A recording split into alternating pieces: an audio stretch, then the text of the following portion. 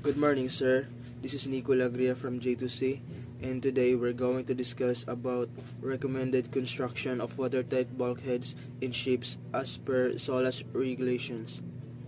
Watertight bulkheads are crucial structural components in shipbuilding designed to prevent the spread of water in case of hull damage. The International Convention of Safety of Life at Sea, or SOLAS, provides regulation to ensure the proper design, construction, and maintaining of these bulkheads to enhance the ship safety. These are the purpose of watertight bulkheads. First one, limit flooding in the event of the hull breach, or limit ang pagpasok ng tubig kung may butas o sira sa katawan ng barko. Second one, improve ship's buoyancy and stability. Pausahin ang paglutang o buoyancy at katatagan ng barko. Third one, compartmentalize the ship to isolate damages. Hatiin ang loob ng barko sa mga kompartamento upang mapigilan ang pagkalat ng pinsala. Ito lang aking part, sir, at i-discuss na ni McHenry Magalion ang kanyang parte. Maraming salamat po, sir. Good morning, sir. My name is McHenry B. Magalion from J2C.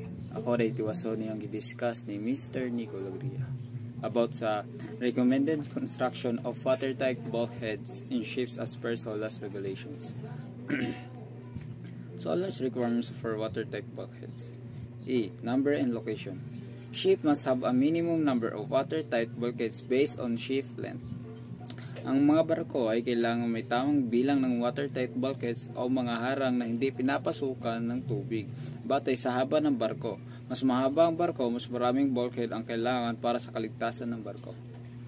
The most critical bulkhead is the collision bulkhead located at a distance from forward perpendicular between 5% and 8% of the ship length.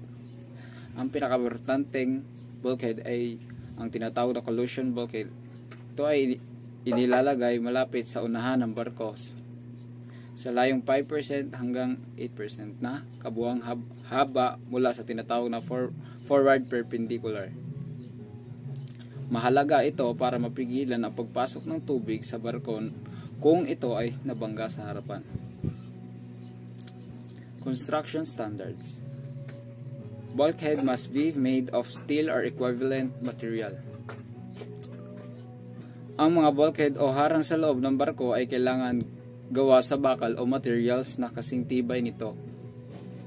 They should be continuous from keel to uppermost watertight deck. Dapat ay tuloy-tuloy ang pagkagawa nito mula sa keel hanggang sa pinakamataas na watertight deck. All joints must be properly welded or riveted to ensure watertightness.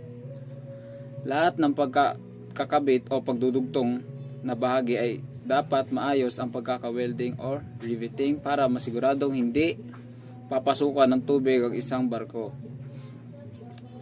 Penetration and openings. All openings, door pipes, ducts must be fitted with watertight closures. Lahat daw ng bukasan gaya ng pinto, tubo at hanginan na dumadaan sa mga bulkhead ay kailangan may watertight closure o mga takpang hindi pinapasukan ng tubig. Watertight doors must comply with SOLAS standard for strength and operation. Ang mga watertight doors o pintuan hindi tinatabla ng tubig ay kailangan sumunod sa SOLAS standards na nagsasaad ng tamang lakas at paraan ng paggamit ng mga ito. Penetrations must not compromise the integrity of the bulkhead. Anumang butas o daanan sa bulkhead ay hindi dapat makasira sa tibay at kakayahan nitong pigilan ng pagtagas o pagpasok ng tubig. Testing and maintenance. All watertight bulkheads must be pressure test during construction. Lahat ng watertight bulkheads ay kailangan sumailalim sa pressure test o pagsusuri gamit ang presyon habang ginagawa ang barko upang masiguradong hindi ito tagusan ng tubig. Periodic inspection and maintenance are required during the ship's service life. Habang ginagamit ang barko, kinakailangan ang regular na inspection at maintenance o pag-aayos upang masigurong patuloy na maayos ang kondisyon at hindi pumapalya ang mga bulkhead. Conclusion. Compliance with SOLAS regulation in the construction of watertight bulkhead is essential for ship safety. Proper design, maintenance helps prevent catastrophic flooding and improve survivability in emergency. Ang pagsunod sa mga alintuntunin ng SOLAS sa paggawa ng watertight bulkheads ay napakahalaga para sa kaligtasan ng barko.